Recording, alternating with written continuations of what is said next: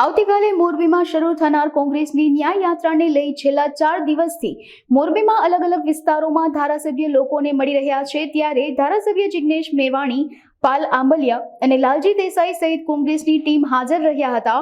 ગુજરાતમાં કોંગ્રેસની ન્યાય યાત્રા મોરબીના દરબારગઢથી શરૂ થઈને રાજકોટ, સુરેન્દ્રનગર થઈને ગાંધીનગર પહોંચશે। આ ન્યાય યાત્રામાં કુલ 300 કિલોમીટરનું અંતર કાપવામાં આવશે। આ યાત્રામાં પીડિત પરિવારો ઉપરાંત કોંગ્રેસ ધારાસભ્ય જિગ્નેશ મેવાણી, જિલ્લા કોંગ્રેસના હોદ્દેદારો અને કાર્યકરો જોડાશે।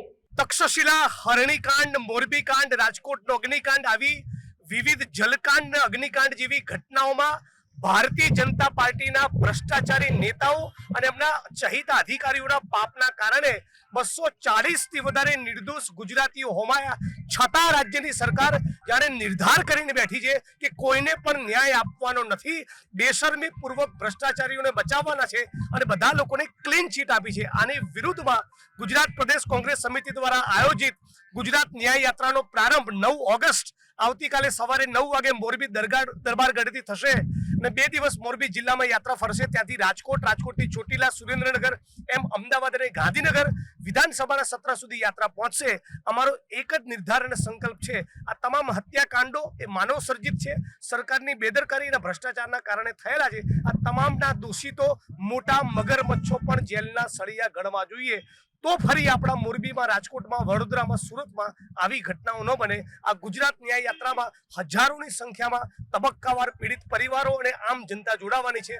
પ્રદેશ કોંગ્રેસના અને એઆઈસીસીના નેતાઓ પણ જોડાવાના છે અને ગુજરાતમાં આવી બીજી અનેક યાત્રાઓ ગુજરાતની જનતાને જગાડવા માટે, ગુજરાતની જનતામાં ચેતના પેદા કરવા માટે અને ભારતીય જનતા પાર્ટીના અત્યાચાર, અન્યાય, શોષણ અને ભ્રષ્ટાચારની વિરુદ્ધમાં આવનાર દિવસોમાં અમે કરવાના છીએ। દરરોજ સાંજે એક વિસ્તારમાં મારી નાની મોટી જનસભા હોય છે, અનેક શેરીઓમાં, મોહલ્લામાં ફર્યા, વોર્ડમાં ફર્યા, દુકાનદારોને, વેપારીઓને મળ્યા, રાહદારીઓને મળ્યા, રસ્તે જનારા લોકોને મળ્યા, વિદ્યાર્થીઓને મળ્યા, બહેનો સાથે વાત કરી। બધા લોકોનું એક સુરે કહેવું છે કે મોરબીમાં ઝૂલતા પુલમાં જે બન્યું એ કોઈ પણ સંજોગોમાં ચલાવી ન લેવાય। સાથોસાથ આ નાગરિકો અહીંના તંત્રની ઘોર ઉપેક્ષાનો પણ ભોગ બનેલા છે। કાદવ, કીચડ, બિસ્મા રસ્તા, ખાડે ગયેલું તંત્ર, આ બધાના કારણે પણ લોકો ખૂબ નારાજ છે।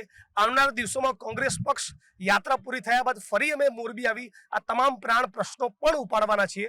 પણ હાલ મૂળતું મોરબી ઝૂલતા પુલના પીડિતોને, અગ્નિકાંડના પીડિતોને, હરણી તક્ષશિલાના પીડિતોને ન્યાય મળે એને પ્રાથમિકતા આપી ગુજરાત ન્યાય યાત્રામાં સૌને જોડાવા માટે અપીલ અને આહવાન કરીએ છીએ।